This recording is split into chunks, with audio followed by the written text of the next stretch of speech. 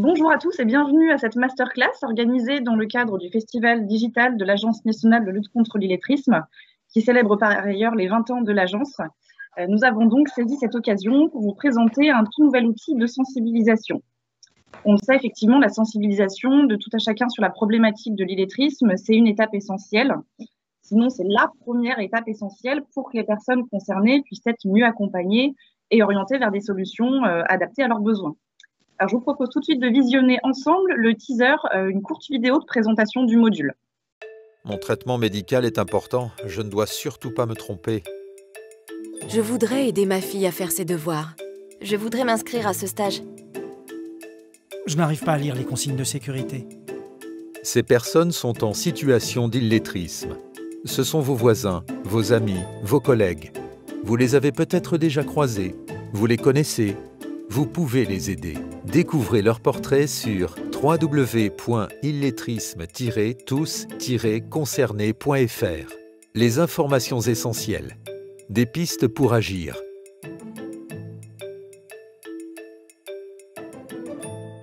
La NLCI lance ce nouveau module intitulé « Illettrisme tous concernés » afin de rendre visibles les difficultés de ces personnes au quotidien. L'idée en proposant cet outil, c'était vraiment de pouvoir donner à chacun un tout premier niveau d'information sur l'illettrisme, que chacun sache déjà que ce problème existe, parce qu'on sait qu'il est encore trop peu connu, que chacun soit au clair sur les définitions, et conscience aussi de l'ampleur du problème, avec les chiffres de l'illettrisme qui sont conséquents, et puis surtout que chacun ait un premier niveau et connaissance d'un premier niveau de réponse à apporter à ces personnes, à savoir le numéro vert Illettrisme Info Service, et que ces personnes, elles se sentent légitimes, à leur place bien sûr, à communiquer, à informer sur ce numéro dans leur entourage et auprès des personnes potentiellement concernées par l'illettrisme. Donc on est vraiment sur un outil de sensibilisation grand public dans lequel on a voulu vulgariser et rendre très accessibles les informations sur l'illettrisme. On ne s'adresse pas du tout à des experts de ce sujet, mais à des personnes qui vont découvrir l'illettrisme pour la toute première fois et à qui on doit, voilà, en 10 minutes, communiquer sur toutes les informations essentielles sur l'illettrisme. Alors, on a le plaisir d'avoir avec nous ce matin 4 intervenantes qui ont pu réaliser le module en avant-première et qui vont pouvoir partager avec nous notamment les différentes possibilités d'usage de cet outil.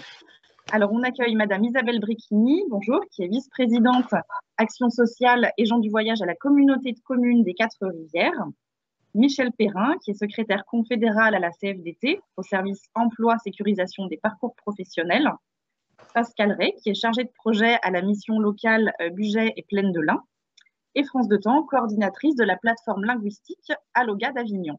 Merci à toutes les 4 d'avoir participé et d'être présentes ce matin avec nous. Alors, une première question. Donc, vous avez eu la chance de découvrir cet outil en avant-première. Comment vous pensez pouvoir l'utiliser pour sensibiliser vos réseaux, outiller vos collaborateurs, vos partenaires, et notamment ceux qui sont en contact direct avec le public? Alors, je vous donne la parole à Isabelle. Oui, bonjour. Désolée de ce retard. Oui, alors du coup, j'ai visionné l'outil, donc un outil d'information et de sensibilisation.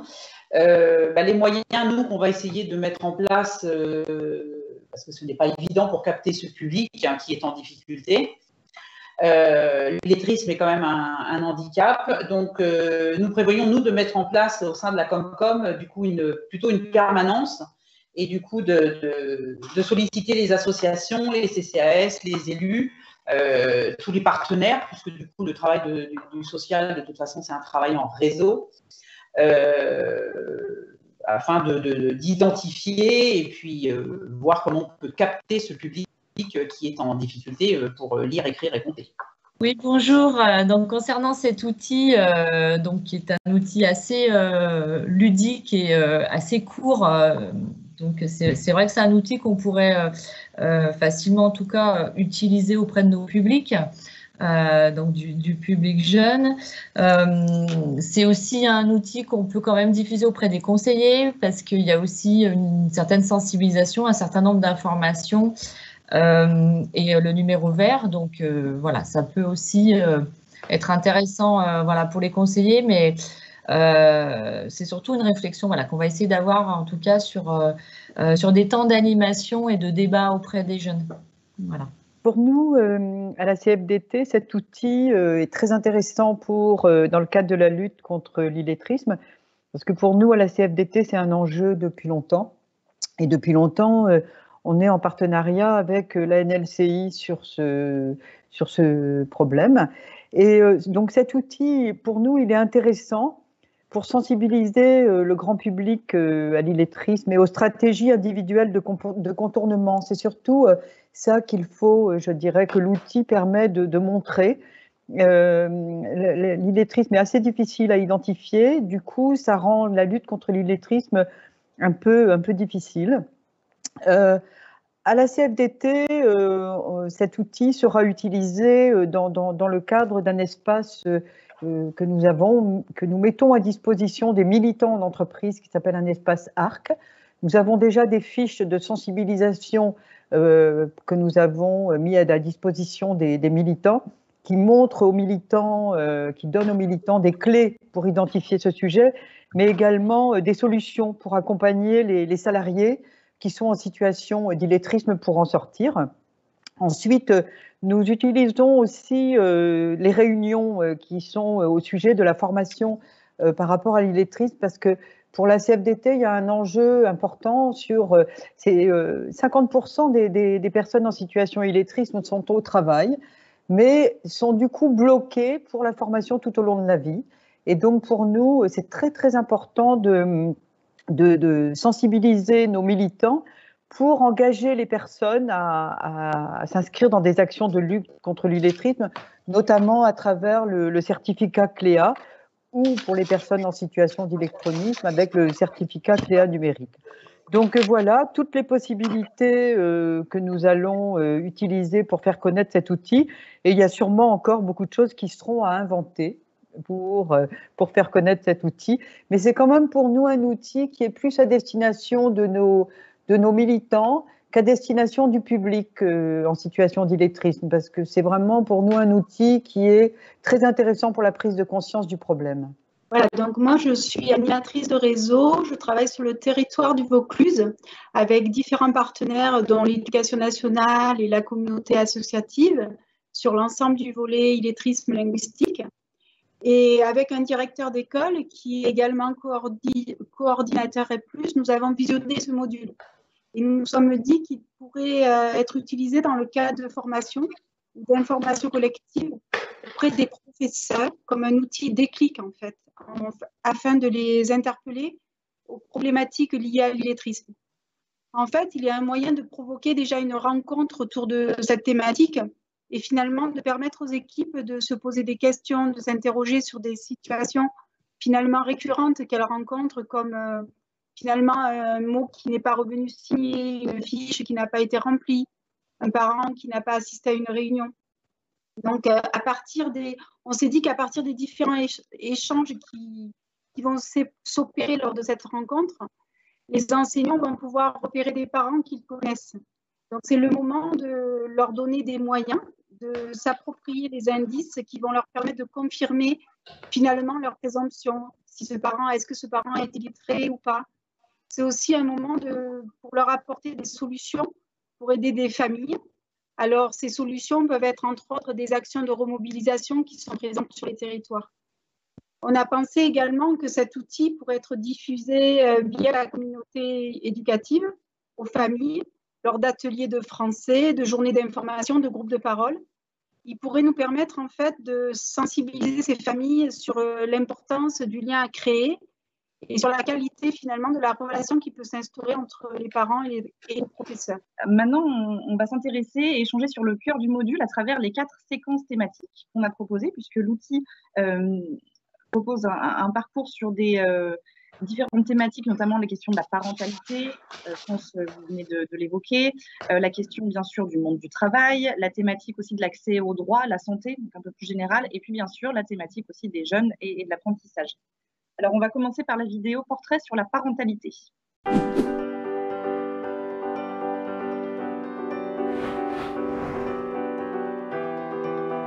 À la sortie de l'école, la maîtresse de Valentin, Sandrine, interpelle sa maman, Isabelle. Bonjour Madame Barrault. Avez-vous eu le temps de répondre aux mots que je vous ai écrits dans le carnet de liaison? Non, pas encore. Nous sommes très occupés en ce moment. Mon mari n'a pas eu le temps. Enfin, je n'ai pas pu... L'institutrice voit bien que la maman de Valentin semble gênée par sa remarque, d'autant que ce n'est pas la première fois qu'elle n'a pas de réponse aux mots déposés dans le cartable. Il faut engager le dialogue avec cette maman. Le problème semble plus profond que de simples oublis. Ne vous inquiétez pas, je voulais vous parler de la fête de l'école. J'ai repéré quelques recettes et comme l'année dernière vos gâteaux étaient merveilleux, j'ai pensé que nous pourrions en parler. Vous m'accompagnez? Oui, bien sûr. Sandrine a été sensibilisée aux difficultés qu'ont certains parents à suivre la scolarité de leurs enfants. Elle sait établir un climat de confiance avec eux. Pour en savoir plus, téléchargez les informations essentielles ou contactez le numéro vert.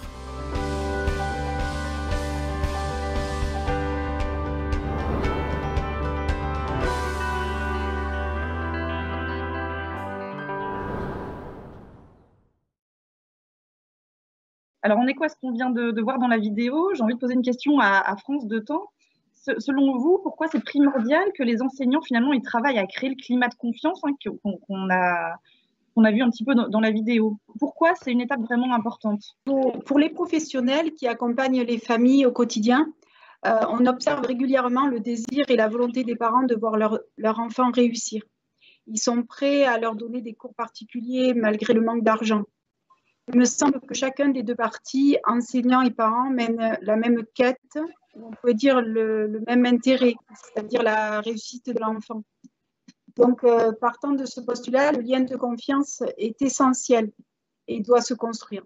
Ce lien de confiance, il est plus que nécessaire pour que le parent puisse se confier sur les difficultés qu'il a à accompagner la scolarité de son enfant.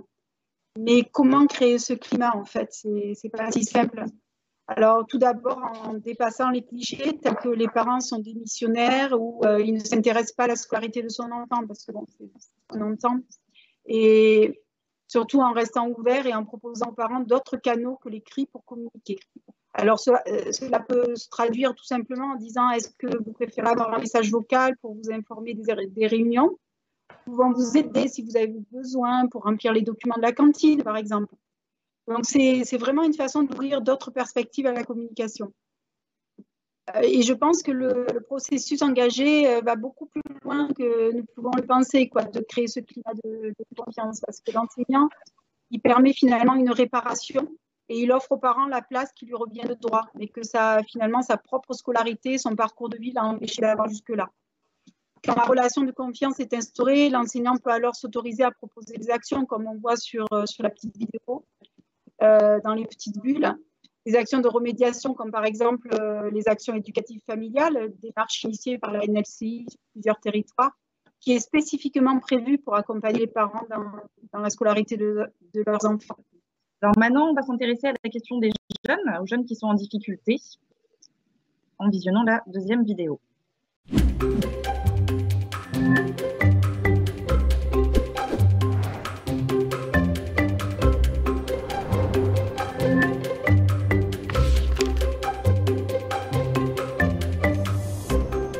Aujourd'hui, c'est la 20e édition de la fête de quartier du Chaudron.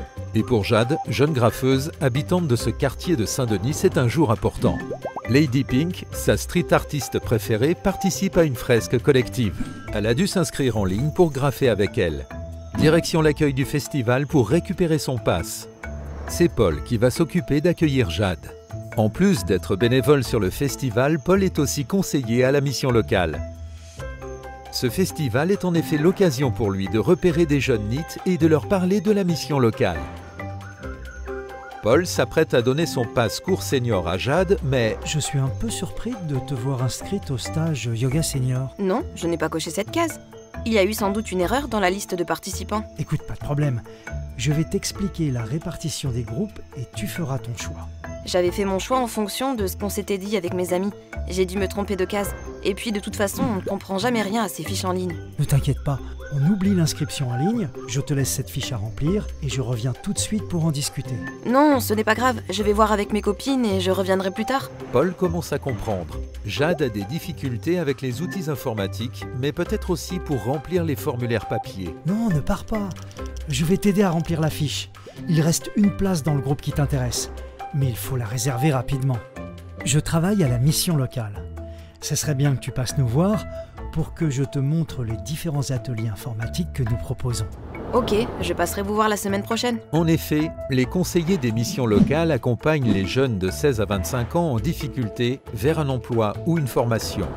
Pour en savoir plus, téléchargez les informations essentielles ou contactez le numéro vert.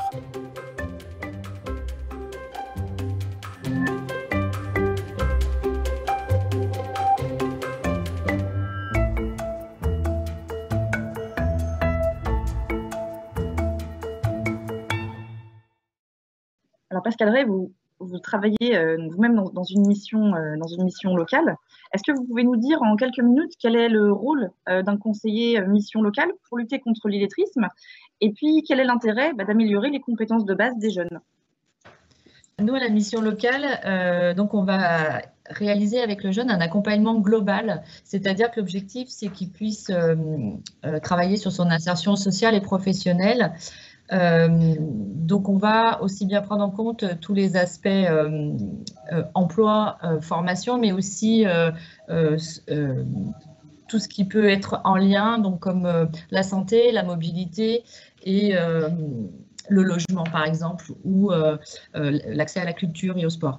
Donc en passant par tous ces faisceaux-là, effectivement, on va avoir des indicateurs, des repères qui vont pouvoir un petit peu nous aider à voir s'il peut y avoir des difficultés qui pourraient s'apparenter à de l'illettrisme. Donc c'est important du coup qu'on puisse avoir une relation de confiance avec le jeune et un accompagnement, parce qu'effectivement la notion d'illettrisme, c'est pas quelque chose qu'on va pouvoir aborder d'emblée, et on va utiliser différents canaux pour pouvoir repérer ça, notamment, alors il y a l'accompagnement avec le conseiller référent dans le cadre d'un entretien individuel, mais il peut y avoir aussi, lorsqu'ils vont être sur des ateliers collectifs, où on peut repérer certaines stratégies d'évitement ou certaines difficultés. Et puis, il va y avoir tous ces aspects en lien avec l'autonomie, avec l'accès du numérique aussi.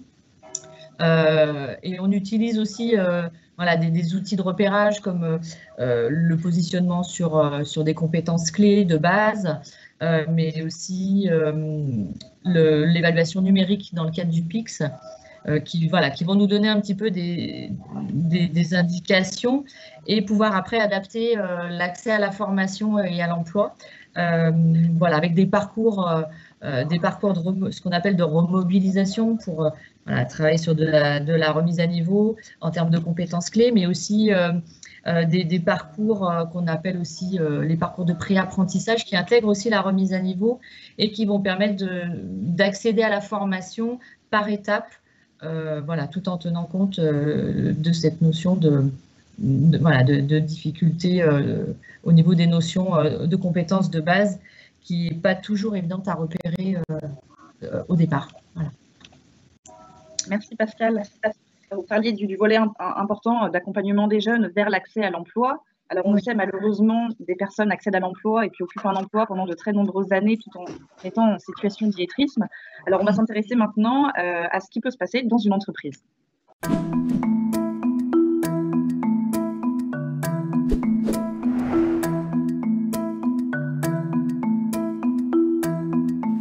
Gilles travaille depuis 3 ans dans une imprimerie. Tout se passe bien d'habitude, mais aujourd'hui, il doit utiliser une nouvelle machine. Qu'est-ce qu'il s'est passé, Gilles? Nous devons rapidement trouver d'où vient le problème. Je comprends pas d'où vient ce problème, aucune idée. Les consignes sont pourtant claires et précises. Tu es sûr que tu les as bien lues, Gilles? Tu as certainement mal lu les consignes, n'est-ce pas? Lire? Antoine se rend compte qu'il n'a jamais vu Gilles en train de lire depuis qu'il travaille avec lui. Nous allons les revoir ensemble si tu veux. Antoine lit les consignes et Gilles les répète à mi-voix. Il se détend. Merci Antoine. J'ai bien compris à présent. On va pouvoir relancer la production. Si tu as un doute la prochaine fois, n'hésite pas à venir me voir. Allez, on va se boire un café? Antoine a bien compris que le problème est complexe. Gilles semble avoir du mal à lire les consignes. En dialoguant avec lui, il l'invite à prendre contact avec le service qui pourra l'aider. Vous avez raison. Je vais suivre votre conseil et en parler aux ressources humaines. Je t'accompagne. Pour en savoir plus, téléchargez les informations essentielles ou contactez le numéro vert.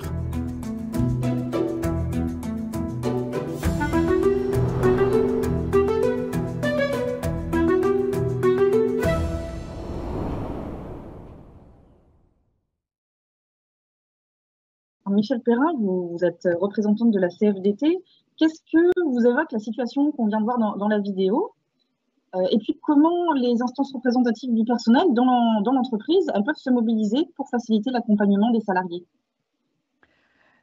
Pour nous, cette vidéo de sensibilisation est très importante. Il se trouve que sur les 2,5 millions de personnes en situation d'illettrisme, donc la moitié sont en situation professionnelle, le problème est important et le problème est très difficile à détecter à cause des situations de contournement, des stratégies de contournement qu'adoptent les personnes en situation d'illettrisme. Ce sont des personnes qui ont développé énormément de compétences très riches d'ailleurs pour ce contournement.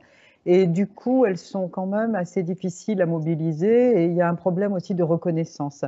Donc pour nous, cette vidéo, elle vient ouvrir un peu les horizons des militants, des travailleurs, des collègues de travail sur les conséquences que peuvent avoir, qu'il peut y avoir pour une personne en situation d'illettrisme. Là, on voit une situation nouvelle. C'est une situation donc à risque pour les personnes en situation d'illettrisme. C'est une situation où, dans le travail, elle aurait dû prendre connaissance de nouveaux modes opératoires, mais tant que ce problème d'illettrisme n'est pas reconnu, et évidemment, c'est difficile d'aider la personne. Donc, on a parlé tout à l'heure du climat de confiance, il est très important, et je trouve que cette vidéo met à la fois l'accent sur les situations et les conséquences que peuvent avoir l'illettrisme en entreprise, mais aussi sur le fait qu'il faut entourer ses salariés donc de beaucoup de confiance. Alors on insiste aussi en ce moment donc à la CFDT sur cette action d'identification parce que c'est dans une période où il y a beaucoup de personnes qui vont être menacées dans leur emploi. On encourage beaucoup les personnes à s'engager dans des parcours de reconversion. Et pour nous, c'est très important de repérer ces personnes pour que dans un premier temps, avant de se former professionnellement, avant éventuellement de changer de métier, qu'elles suivent aussi un parcours de développement des compétences de base, par exemple en suivant un parcours CLEA ou CLEA numérique, donc une certification qui a été inventée par les partenaires sociaux et qui aide à lutter contre l'illettrisme. Alors, c'est un enjeu du dialogue social à plusieurs niveaux, hein, et notamment pour travailler avec les employeurs au niveau des plans de développement des compétences, au niveau de la mise en place d'actions et au niveau des partenariats créés avec la NLCI. Et c'est un enjeu aussi au niveau des dialogues avec les salariés parce que nous, on pense que les militants syndicaux, sont à même d'aider les salariés à prendre conscience et peut-être à vouloir s'engager, à les encourager à s'engager dans des actions de lutte contre l'illettrisme. Voilà. Donc, vraiment, ce qu'il faut quand même garder en mémoire, c'est que cette vidéo, son principal intérêt, c'est de mettre en lumière et de faire voir qu'il y a des signaux faibles et que les signaux faibles ne sont pas forcément là où on les attend et que ça peut aussi perturber le travail et la sécurité au travail. Merci beaucoup Michel. Alors je vois que France et Pascal, vous voulez réagir? Nous, sur le territoire du Vaucluse et positionné sur Avignon, donc on a une plateforme linguistique et il est vrai depuis un an, on a des personnes qui nous contactent naturellement, donc des salariés qui nous contactent pour essayer d'avoir des... Finalement, ils n'arrivent pas à aller dans l'entreprise, donc ils n'arrivent pas à remonter directement dans l'entreprise pour avoir l'information sur comment faire. Et en fait, ils arrivent chez nous, alors par le site internet ou par des conseils de famille qui ont vu le site internet. Et c'est vrai que du coup, on les accompagne finalement dans l'entreprise à à aller solliciter finalement le bon service. Et c'est vrai que là, au regard de la vidéo, moi je ne l'avais pas vue, je trouverais vraiment intéressant de la relayer sur notre site parce que je pense que ça peut vraiment aider à des orientations. Moi, je voulais rajouter aussi, effectivement, hein, j'ai trouvé la vidéo très intéressante sur l'emploi, puisqu'on a aussi un certain nombre de jeunes qui travaillent, et notamment pas toujours sur des emplois à long terme. Et il peut y avoir des indications, ça peut être des signaux d'alerte aussi, de se pencher là-dessus. Ces consignes pas comprises, ces ruptures, etc. Donc, je trouvais qu'elle était intéressante aussi à montrer aux jeunes. Alors, on va passer maintenant à la 4e et dernière séquence de l'outil, qui aborde une thématique un petit peu plus large de l'accès aux droits, de l'accès aux soins, à la santé, tout ce qui va permettre finalement aux personnes en situation d'illettrisme d'accéder à l'autonomie citoyenne et sociale. Donc, on passe à la 4e vidéo.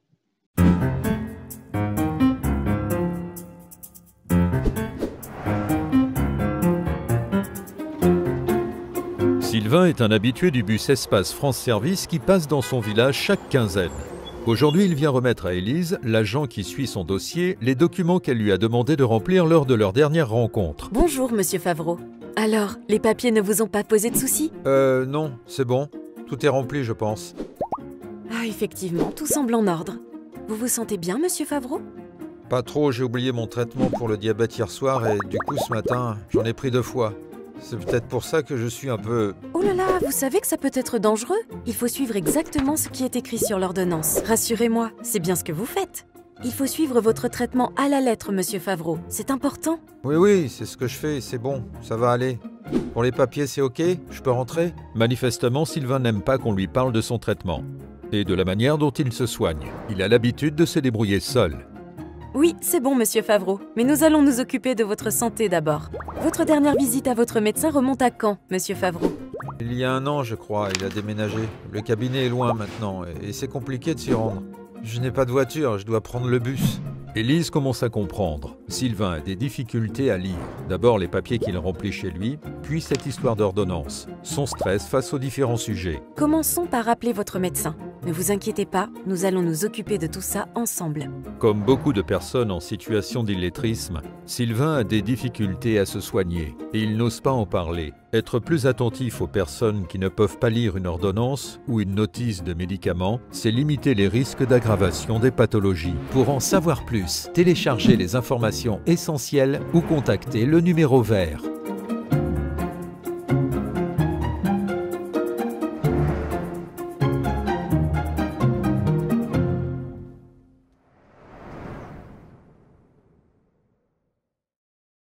Je vais donner la parole maintenant à Isabelle Brecchini. Vous êtes représentante d'une communauté de communes. À travers la séquence qu'on vient de voir, quelles informations ou services vous pourriez proposer sur votre territoire en complément de cet outil pour accompagner les publics repérés, notamment vers l'autonomie et toutes ces dimensions, accès aux soins, accès aux droits. Le territoire de la communauté de communes des 4 Rivières, donc on est un territoire très étendu. C'est un milieu, du coup, c'est un territoire très rural. Et du fait que les personnes ne sont pas tous mobiles, on a mis en place avec le département un espace numérique mobile. Donc c'est un camion qui va de village en village proposer ses services. Donc la personne est formateur. Et puis du coup ça permet de proposer du coup et d'aider, d'accompagner les gens pour tout ce qui est remplir des documents via le numérique. Du coup, ce formateur initie les personnes à créer leur boîte mail, à créer leur compte CAF, MSA, enfin tout ce qu'on a besoin aujourd'hui, puisqu'il y en a quand même beaucoup qui ne sont pas en capacité de le faire. On a quand même pas mal de personnes qui n'ont pas Internet chez eux. Il y a celles qui n'ont pas les moyens d'acheter un ordinateur ou un smartphone et qui sont un petit peu dépassées par cette accélération de vie aujourd'hui, quoi. La question de l'autonomie numérique, de l'accompagnement à l'autonomie numérique, effectivement, est vraiment très, très importante pour les personnes en situation d'illettrisme. Pascal et France, vous vouliez réagir, Pascal? Par rapport à l'accès aux droits et aux soins, effectivement, nous, on accompagne des jeunes dans le cadre de la santé sur l'accès aux droits. Et c'est aussi des difficultés qu'on retrouve autour de tout ce qui va être papier administratif, création de compte. Les jeunes sont à l'aise avec le numérique sur certaines choses, mais voilà, pas forcément sur tout, comprennent pas toujours tout au niveau du fonctionnement. Donc c'est vrai que on accompagne quand même pas mal de jeunes sur les premières ouvertures aux droits, les créations de comptes Amélie et l'accès à tout ce qui peut être mutuel, voilà, mise à jour des droits, etc. C'est vrai que les différentes vidéos font vraiment écho à la démarche que nous avons actuellement sur l'ensemble des structures de proximité du Grand Avignon. C'est-à-dire qu'on a créé des parcours d'apprentissage, insertion, parentalité et santé. Et c'est vrai que je trouve que ces petites vidéos vraiment et toute la démarche que peuvent faire les formateurs auprès des publics peuvent vraiment servir leur travail et être finalement vraiment, comme j'ai pu le dire dans ma première intervention, des outils déclencheurs, dans le cadre des séquences pédagogiques. Voilà, donc, et un véritable outil pour les formateurs. Voilà. Donc je pense je vais le diffuser très largement. Voilà, on va pouvoir clôturer cette masterclass. Alors, merci à toutes les quatre d'avoir pris le temps de nous rejoindre et de témoigner sur les utilisations possibles. Donc on invite les participants bien sûr à aller tester ce module et on vous invite également à aller découvrir tous les autres contenus du festival de la NLCI sur la plateforme www.illettrisme-coopérons.fr. Merci, à bientôt.